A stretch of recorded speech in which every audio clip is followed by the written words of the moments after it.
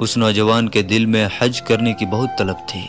जब लोग हज करके वापस आते थे तो वो उनसे बहुत प्यार से मिलता था, उनके हाथ चूमता था। एक बार उसने हज के मौसम में लोगों से पूछना शुरू कर दिया कि हज पर कैसे जाते हैं। किसी ने उसे बता दिया कि हज के लिए कराची से जाते हैं, तो किसी ने उसको स्टेशन पर।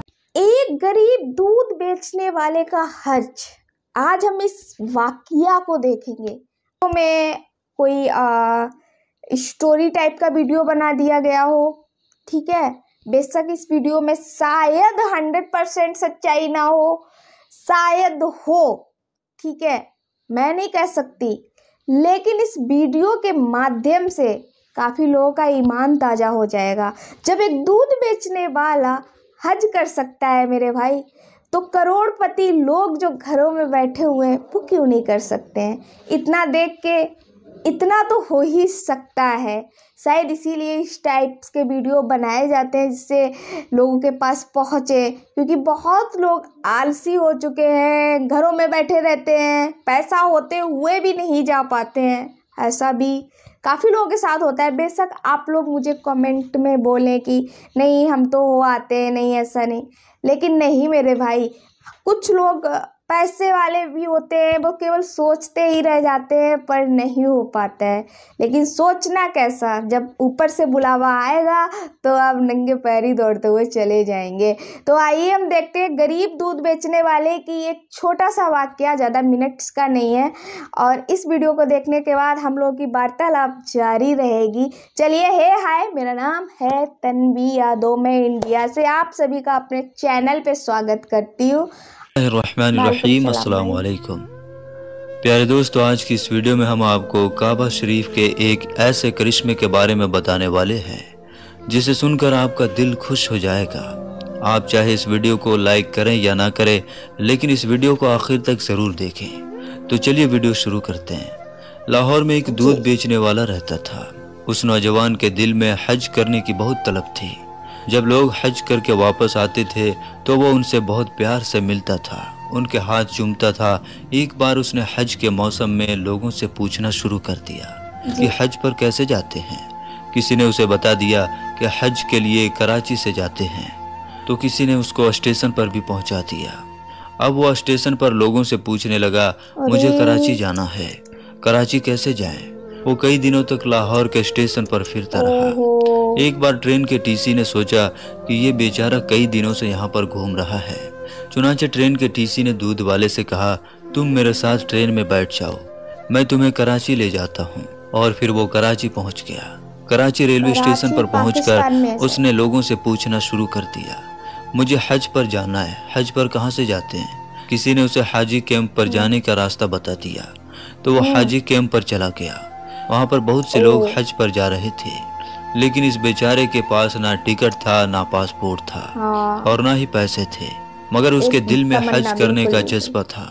एक दिन उसके दिल में यह ख्याल आया कि जो हाजियों का सामान जहाज पर ले जाने वाले कुली होते हैं, उन्हें जहाज के अंदर जाने की इजाजत है। चुनांचे उसने एक कुली से दोस्ती कर ली और कुली की वर्दी पहनकर हाजियों का सामान जहाज में रखने लगा। वो दूध वाला सामान रखने के बहाने जहाज पर आता जाता रहा। जब सारा सामान खत्म हो गया तो वो जहाज के अंदर किसी कोने में छुप कर बैठ गया और अपने कपड़े पहनकर कुली की वर्दी वापस भिजवा दी। लोग अपने अपने कमरों में बिस्तर पर सोते रहे और वो बेचारा बाहर बैठकर वक्त गुजारने लगा। और उसने जहाज पर एक बंदे से कहा कि भाई साहब, जब जद्दाह आ जाए तो मुझे बता देना। चुनांचे जब जद्दाह शहर की रोशनी नजर आने लगी तो उन साहब ने उसे बताया कि वो देखो, जद्दाह आ गया है। इसके बाद वो दूध वाला जहाज के ऊपर चढ़ गया और वहां से खड़े होकर समंदर के अंदर छलांग लगा दी। उसे तो तैरना भी नहीं आता था। चुनांचे जब वो नीचे गया तो फिर ऊपर नहीं आ सका। उस आदमी ने देखा कि ये तो नजर ही नहीं आ रहा है। वो समझ गया कि ये बेचारा डूब गया है। उसने सोचा कि अल्लाह को यही मंजूर होगा। इसके बाद जब उस आदमी ने हज किया और तवाफ़ ज़ियारत के बाद हरम शरीफ से बाहर निकल रहा था, तो वो देखा कि वो दूध वाला भी हरम शरीफ के बाहर निकल रहा है। इस आदमी ने फौरन दूध वाले से पूछा, भाई साहब, आप तो वही हो ना जिन्होंने समंदर में छलांग लगाई थी? तो वो दूध वाला कहने लगा, हाँ मैं वही हूँ। उसने दूध वाले से पूछा, तुम्हारे साथ क्या हुआ? दूध वाले ने कहा कि मेरे साथ क्या हुआ है ये मैं तुम्हें आगे जाकर बताऊंगा। चुनांचे वो आदमी उसके साथ चल दिया। जब वो बाहर निकला तो देखा एक बिल्कुल नई कार खड़ी हुई है। ड्राइवर इंतजार कर रहा है। दूध वाला कार के अंदर बैठ गया और उस आदमी को भी बिठा लिया और एक मकान की तरफ चल दिया। मकान में जाकर उसने उसे एक जगह पर बिठा दिया और कहा कि मेहमान के लिए खाने पीने की चीजें लाई जाए। चुनांचे एक खादिम कुछ फल लेकर आया तो उस आदमी ने हैरान होकर पूछा कि भाई मुझे बताओ आखिर ये क्या कहानी है। तो दूध वाला कहने लगा मैं तुम्हें किस्सा बाद में बताऊंगा, पहले मेरी कार देखो, ये मेरी ही कार है और मेरा ही मकान है। उसने पूछा ये सब तुम्हें कैसे मिल गया। दूध वाले ने कहा ये तो एक राज की बात है, लेकिन क्योंकि तुम मेरे बारे में जानते हो इसलिए मैं तुम्हें बता देता हूँ। फिर दूध वाला कहने लगा मेरे दिल में अल्लाह का घर देखने का बहुत शौक था और उसी का मुझे ये सिला मिला है। जब मैं जद्दाह पहुंचा तो मैंने कहा कि ऐ अल्लाह मैं अपने आप को तेरे हवाले करता हूँ। ये कहकर मैंने समंदर में अपनी छलांग लगा दी। मुझे तो तैरना भी नहीं आता था, बस ऐसे ही हाथ पांव मारता रहा और उसका नतीजा ये निकला कि लहरें खुद ही मुझे धकेल कर किनारे की तरफ ले जाती रही। मेरे अंदर पानी चला गया था और मेरे होश उड़ गए। मैं किनारे पर पड़ा था और जब मुझे होश आया तो सुबह तहज्जुद का वक्त था। मैंने इधर उधर देखा तो बाहर जाने के सारे रास्ते बंद थे। चारों तरफ लोहे के ग्रिल लगे हुए थे। आगे का दरवाजा बंद था। मैं उसी ग्रिल के पास बैठ गया। मैंने देखा उस ग्रिल के दूसरी तरफ एक घर है और उस घर के सहन में एक गाय बंधी हुई है और दो आदमी उस गाय का दूध निकालने के लिए आए हैं, मगर गाय उनसे मानूस नहीं थी, जिसकी वजह से वो गाय उन लोगों के काबू में नहीं आ रही थी और वो लोग दूध नहीं निकाल पा रहे थे। लेकिन मेरा तो काम ही यही था। जब मैंने ये मंजर देखा तो मैंने आवाज देकर उनको अपनी तरफ मुतवज्जा किया और इशारे से कहा इसका दूध मैं निकाल देता हूँ। वो लोग तो अरबी बोलते और समझते थे, इसलिए मैंने उनको इशारे में ही बता दिया कि मैं इस गाय का दूध निकाल सकता हूँ। अल्लाह की शान देखिए, जहाँ मैं बंद था वह एरिया सामने कोठी में रहने वाले सेठ के अंडर में था। उसका एक बेटा था। डॉक्टर ने उसे हिदायत की हुई थी कि अपने बेटे को गाय का दूध पिलाया करो। उसने स्पेशल अपने बेटे के लिए वो गाय खरीदी हुई थी। गाय के अंदर दूध तो होता था मगर वो निकालने नहीं देती थी, जिसकी वजह से वो सेठ और उसकी बीवी बड़ी परेशान होती थी। अब जब मैंने उनसे कहा कि मैं गाय का दूध निकाल देता हूँ तो उन्होंने सेठ से कहा कि अंदर मुसाफिरों में से एक आदमी कहता है कि मैं तुम्हें दूध निकाल कर देता हूँ। सेठ ने कहा ये चाबी ले जाओ और जाकर उसे ले आओ। वो गेट का ताला खोलकर मेरे पास आके मुझे सेठ के पास ले गए। जब मैंने गाय पर प्यार से अपना हाथ फेरा और उससे अपने अंदाज में बात की तो गाय मान गई और मैंने नीचे बैठकर उन्हें 8 से 10 लीटर दूध निकाल कर दे दिया। सेठ की बीवी ने देखा तो बहुत खुश हो गई और कहने लगी आज तो मेरा बेटा सारा दिन दूध पिएगा। फिर वो कहने लगी इस दूध वाले को जाने नहीं देना। जब मेरी सेठ से मुलाकात हुई तो उसने पूछा आप कौन हैं, कहाँ से आए हैं। मैंने कहा मैं पाकिस्तान से हज करने के लिए आया हूँ। तो वो कहने लगे हम तुम्हें वापस नहीं जाने देंगे, तुम अच्छा दूध निकालते हो।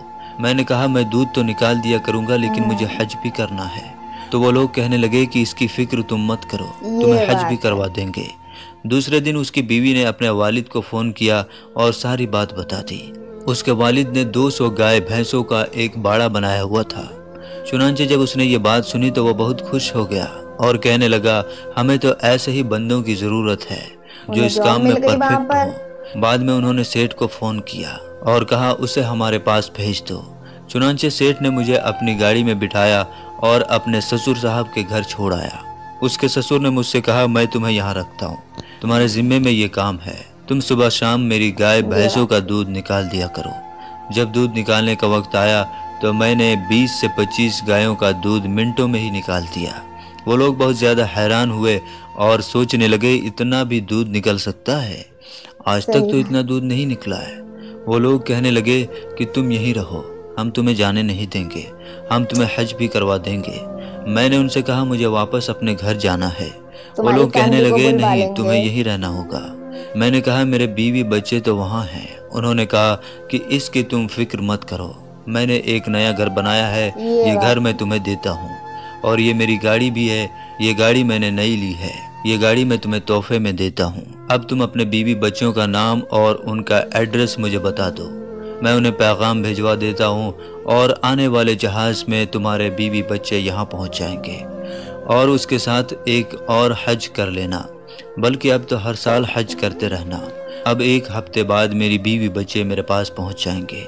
मैंने हज भी कर लिया है। यह अल्लाह के घर को देखने की बरकत है। अल्लाह ने मुझे दुनिया की नेमतें भी अता कर दी। अब मैं यहीं रहूँगा, हर साल बैतुल्लाह शरीफ की ज़ियारत करूँगा। सुबहान अल्लाह, सुबहान अल्लाह। दोस्तों, इस वाक़ये के बारे में आप क्या कहेंगे? कमेंट बॉक्स में ज़रूर बताएं। क्या कहेंगे? मैं जो कहूँगी मैं तो आपको बताऊँगी भाई। इस वीडियो के माध्यम से मुझे एक शिक्षा मिली है भाई। कहते नहीं है कि आपको अपनी आस को नहीं तोड़ना है, आपको बिल्कुल नहीं तोड़ना है। कुछ लोग आस तोड़ देते हैं कि अब नहीं हो सकता ये काम, अब नहीं हो सकता ये काम।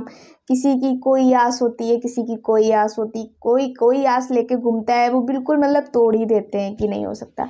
तो उस आस को मत तोड़िए। और मैं ये नहीं कह रही हूँ कि आप किसको मानते हो किसको नहीं मानते हो।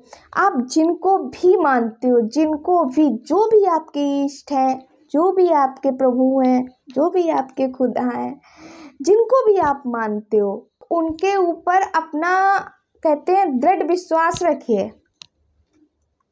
किसी भी चीज़ को अगर आपको हासिल करना है, आपको पाना है, अब आप सोच रहे हैं कि मुझे कामयाबी मिले और नहीं मिल रही है, आपको बरसों लग गए हैं मेहनत करने में, पर आपको कामयाबी नहीं मिल रही है, आप हताश हो जाते हैं, आप हार जाते हैं। फिर क्या होता है? कुछ नहीं होता है, कुछ नहीं हो पाता है। मैंने ऐसे काफ़ी देखे हैं, जैसे कि अपने हिंदू धर्म में ही देखते हैं, लोग कहीं इधर इन बाबा जी के पास जाते हैं, कहीं उन बाबा जी के पास जाते हैं। तो वही है कि उनकी जो होती है वो आस्था डगमगाने लगती है।